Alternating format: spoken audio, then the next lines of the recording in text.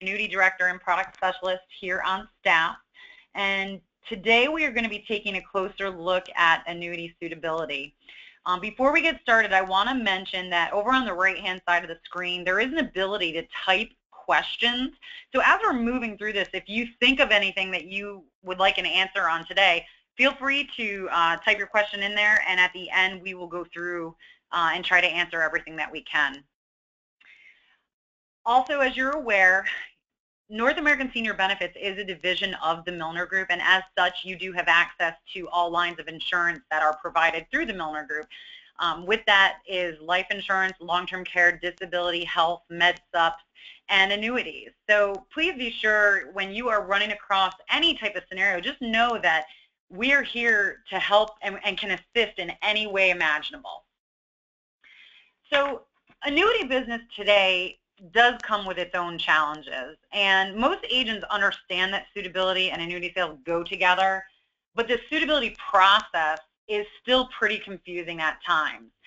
But rest assured, the Milner Group really is here to ensure that you get it right, and as you go on this journey of learning about retirement planning and how annuities function, we're going to make sure that you really do understand it and have all the information that you need.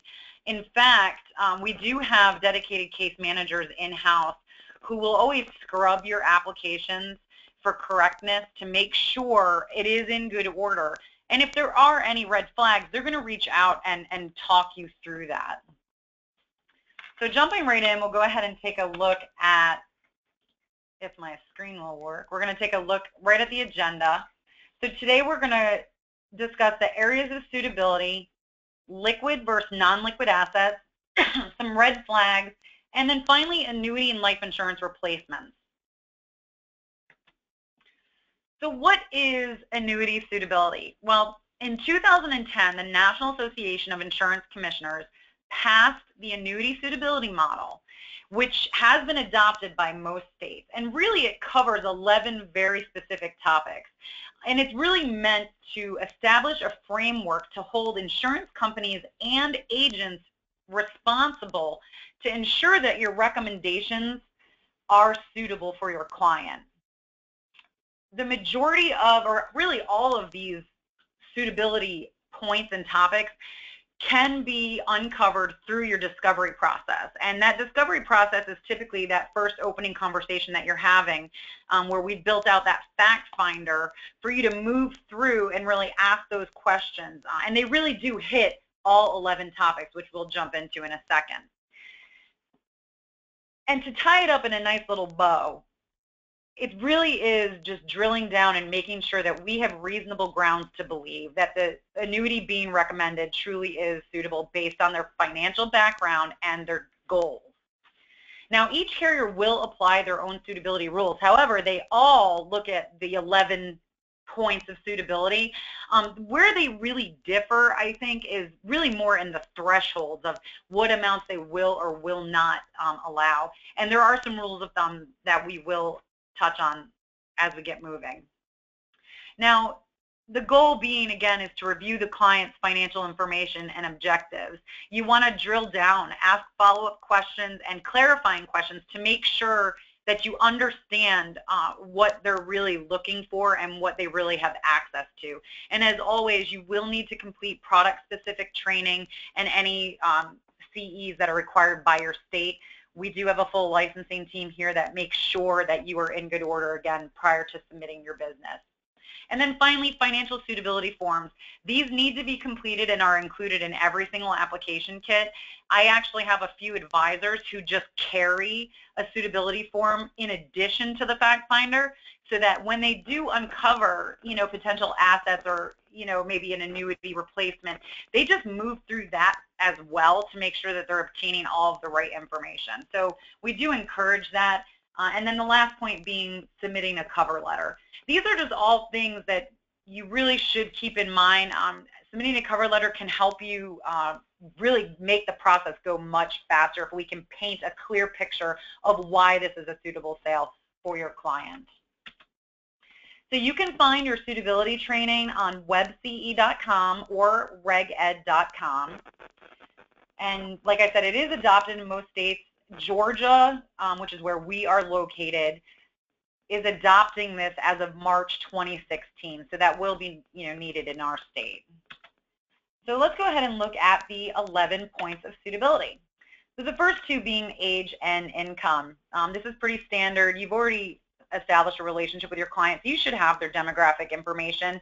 And on page 1 of the fact finder, if you've taken a look at it, on the second half, it goes over their household budget. We need to know where's the money coming in from, how much of it's coming in, what are the sources, and how much are they spending.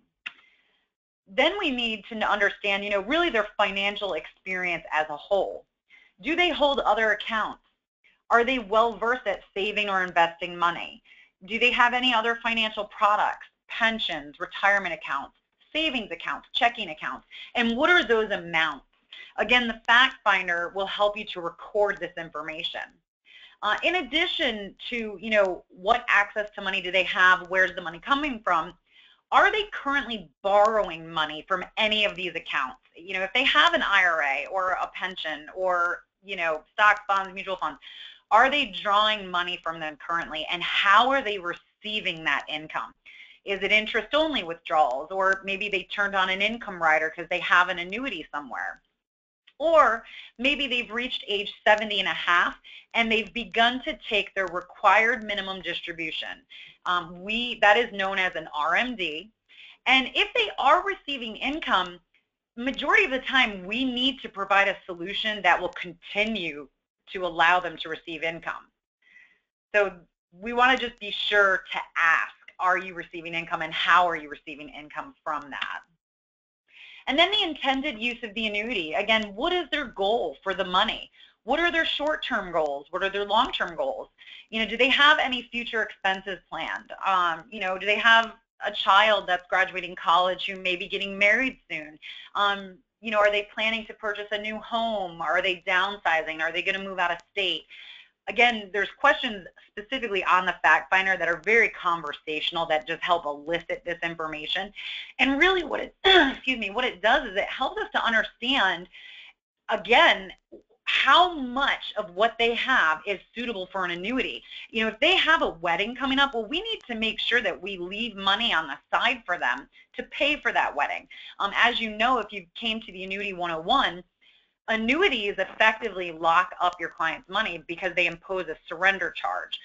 These are tax-favored retirement savings vehicles. So, they do have access to money, but if they try to pull more than the penalty-free, they will be penalized. So we want to make sure that we understand what are their short-term goals, what are their long-term goals.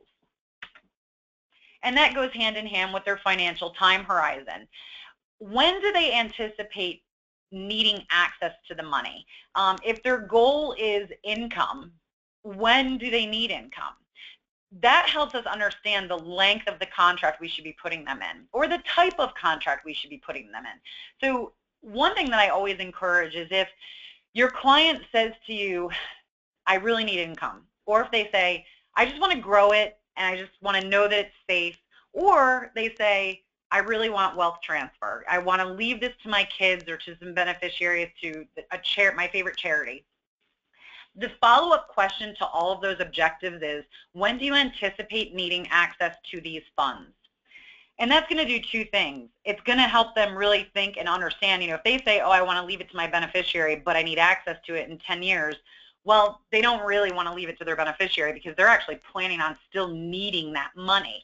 And again, this just helps us, shape our conversation with them and also provide the best solution to them. So what's the objective, and when do you anticipate needing access to that money? And then their liquidity and net worth. Liquidity really refers to liquid assets. What other access to funds do they have? Do they have emergency accounts? We kind of already covered this. Do they have bank accounts with liquid money? Do they have a money market? Do they have bank CDs? It helps us understand what other access they have. Again, the goal here being, because we need to determine how much of the money that you've uncovered can safely be positioned into an annuity. And then household net worth. This is actually great because when you're selling, let's say, an annuity to the husband in the house because he has a retirement account, they actually take into account the entire household's net worth. So that's actually a positive thing because it gives us more opportunity and dollars to work with. And then finally, we're going to look at their risk tolerance. You know, what is their appetite for risk? Is your client generally conservative, or are they aggressive, or somewhere in between? Again, the fact finder goes through this. It asks, you know, on a scale of 1 to 10, you know, how do you consider yourself? Are you conservative or are you aggressive? Be aware that oftentimes a husband and a wife will be at different ends of the spectrum, and that's totally fine. We often see that. And again, that helps us to determine if an annuity is even suitable. If you have an aggressive client, a fixed guaranteed annuity may not be what they're actually looking for, and this again helps us to determine that and maybe help push them in a different direction, which could be maybe life insurance, retirement planning through an overfunding scenario. So the sale isn't lost if they're aggressive. It just means that the tool that we use may change. And then finally, their tax status. What's the tax status of the money that you've uncovered? Is it qualified or non-qualified? And then what tax bracket are they in? That's always good to know because it helps from an income planning situation. You know, is it super pertinent? No, but if you can get that information, we do encourage it. So we're going to take just a deeper look at liquid assets. We do seem to have this is where a lot of advisors can get held up. Again, I encourage you to carry a suitability form. You know, Athene has a really robust suitability form that's included in all their applications. It breaks down exactly what they're looking for under liquid assets. So you can carry that with you, and then eventually it'll become second nature and you'll know exactly how that functions. But essentially, liquid assets are any type of asset that can be quickly converted into cash. So that it would include, you know, money market accounts, bank savings, your checking account, a CD, stocks, mutual funds.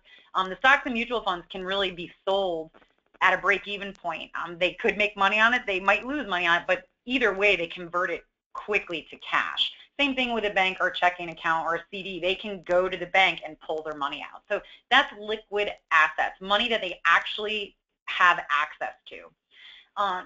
A good rule of thumb, and this is standard across all carriers, is that the client must have at least 50% of the purchase price liquid outside the sale of an annuity. So what does that mean? Well, if you come across a client who has $100,000 in a 401k, they have to have $50,000 somewhere else. So in addition to the $100,000 in the 401k, they have to have $50,000 in money markets, checking, savings, bank, CDs, stocks, mutual funds. If they don't, we can only position out of that 100,000 approximately 60,000. That's actually known as the rule of 100, which we can get into at another time. But if they have 100,000 and they don't have money anywhere else, we can successfully position 60,000 into a safe money annuity and really help position them to meet their goals while keeping the balance liquid. And again, this is a consumer protection mechanism. You don't want to tie all your clients' money up into an annuity. There's surrender charges associated with that, and as we all know, life happens. You know, emergencies happen, and people need access to money in the event of an emergency. So non-liquid assets. Pretty much an annuity product that's still in surrender is not considered liquid. Now your client has access to the penalty-free amount, but that's it. So most products have 10% penalty-free, but if it's still in surrender, it's not considered liquid.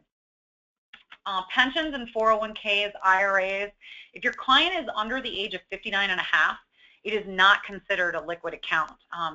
You have to remember that these qualified accounts are tax-favored retirement savings vehicles. There are penalties for accessing money prior to age 59 and a half. So as such, they are not considered liquid. And then finally, real estate and property is not considered liquid during an annuity sale. So even if their house is totally paid off and their cars are paid off, it's not considered liquid. They actually can't convert that quickly into hard cash. So the only time, it's really only under extreme circumstances where a carrier may look at this for additional liquidity, but they would have to be very high net worth, and it's very, very extreme circumstances. So rules of thumb, these are things you can put in your back pocket and just always know that it is going to be this way with all the carriers that we work with. Rule of thumb, you cannot move more than 50% of the total household net worth to annuities. So if you run across a client who already has some annuities and they're still in surrender, we need to understand, all the other financial instruments that they have and their total liquid net worth and their household net worth. If they already have 50% of it tied up in annuities, an annuity sale may not be suitable. They must have half the purchase price liquid outside the sale. So if they don't, the annuity sale also will not be suitable. The funds cannot be accessed prior to age 59.5 without penalty. Again, annuities are retirement savings vehicles with tax-favored treatment because they grow on a tax-deferred basis. If your client tries to pull out money prior to 59.5, they will be assessed a 10% penalty. And then annuities really should be the last place that your client looks to borrow money from. So that's different from, if they need an income stream, but if they're just in need of borrowing, again, they need access to other liquid funds to avoid any type of penalties. So suitability red flags, these are just things to keep in mind. And again, as you're navigating through your cases, we will certainly help you to understand what will and will not fly at the carrier level. But generally speaking, if your client has less than $25,000 household net worth or liquid outside the sale, probably not going to be a suitable client for an annuity. If they make less than $30,000, generally they may not be suitable. Now there are times when they can make less than 30K as long as they have more than 25,000 in net worth and outside the sale. So keep that in mind. If your client runs out of money every month, they can't budget, an annuity sale probably is not going to be suitable. If they have future purchases, weddings, a new home, medical expenses. Now, an annuity can be suitable, but we just have to be aware of these future purchases so that we put them in the right position and keep them with access so that they can have these future purchases. They don't have any emergency reserve. If they're looking for access to money prior to the end of surrender, which it would be more than the interest only or penalty-free withdrawals, we may just need to shorten the length of the contract. If the client is forfeiting a living benefit or a death benefit on an existing contract, an annuity sale may not be suitable. And then if they're showing obvious signs of confusion, this is where we say use your eye test. If your client seems to have dementia, or they don't understand the terms of the contract, or they want to move too quickly, it's important to always act in an ethical manner, and it's okay to walk away from a sale. If the client really doesn't seem to understand what's going on, an annuity sale probably isn't suitable. And again, driving home, if the client says, yeah, I want an annuity, but I need money within the first year, again, may not be the best opportunity for them. And then understand that our carriers at their discretion have the ability to contact your clients directly to do a suitability review. There is one carrier in particular who will do this on every product, and then other carriers will just do it at their discretion. It's actually, you can spin this because it's a very positive thing. It's a consumer protection mechanism for them, and it really, if you're prepping them to understand that a suitability call can be made, you're putting them in the best position and letting them know that, we do have their best interests at heart. So I'm going to end today's session with replacements. We're going to take a quick look at annuity replacements and life insurance replacements. And essentially, exchanging an annuity can be done if you keep the following in mind.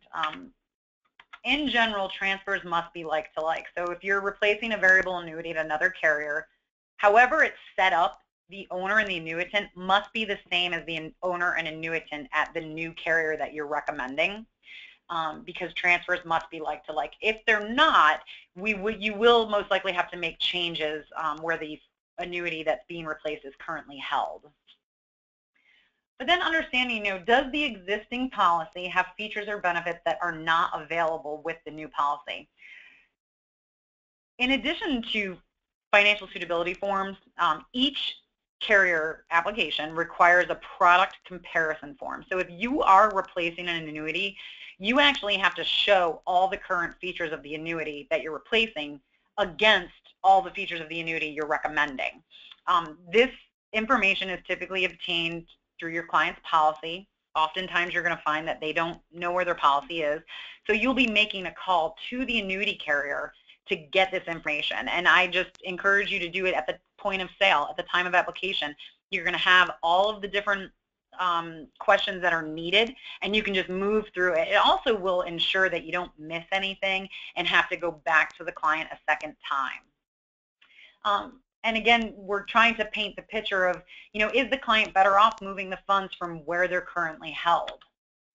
And most times they are. And is the current contract out of surrender, or is it near the end of surrender? As a general rule of thumb, it states, the in-force annuity should have less than a 5% surrender charge left. But I want to point out that the majority of carriers will not look at anything over 3%. So it's important to understand, what is the surrender schedule that's left? What does that percentage of penalty look like? And, we need to determine, is it suitable to move it? And then, is the client currently receiving income from the in-force annuity? And if they are, how? We need to address these issues with the new policy. Is there an outstanding loan, and how will it be repaid prior to replacement? Or will it be repaid? It may not need to be. And again, the product comparison will be required. And, again, I have advisors who just carry that comparison with them so they know what questions to ask. And again, it becomes very much second nature because all the carriers are asking for the same type of information, so it will become second nature. And then finally, life insurance replacements.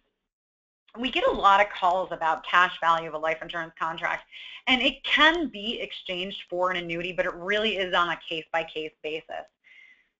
So why is that? And I think it's important to know that life insurance will provide a tax-free death benefit, and typically is a way better deal for your client, especially if they can continue to afford it.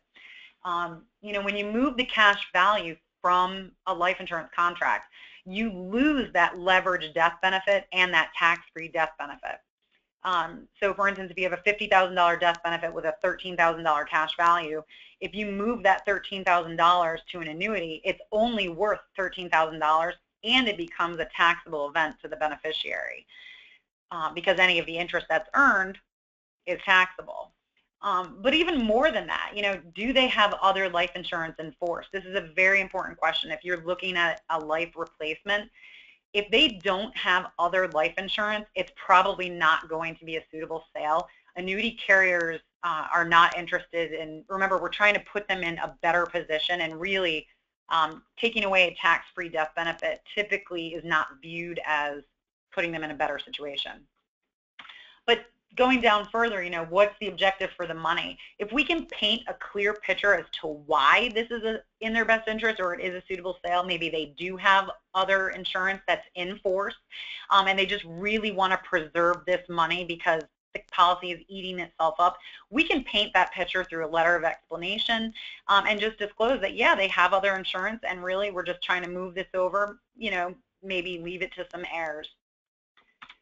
But they always want to know, what is the original purpose for the life insurance, and how has that need changed? Now, we all know as people age, their kids grow up, they pay off their mortgages, so typically the intended use for the life insurance, that need does change over time. So again, we just need to disclose this information up front to make sure that it is suitable, because the last thing we want you to do is take an application on your client and then have it rejected.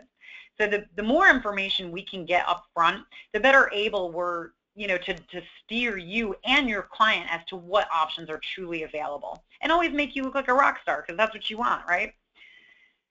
The recommendation when you are faced with a life insurance cash value replacement scenario is to always obtain in-force illustrations first. And you really want to obtain two types of in-force illustrations. One showing if they stop premium payments right now, how long would the life insurance contract last before it was drawn down to zero. And the second type is a reduced paid up policy. If they were to stop paying premiums and they reduce the face amount to have a paid up policy, what does that look like? And oftentimes that actually looks pretty good and gives them a little bit extra life insurance death benefit, which, you know, people like.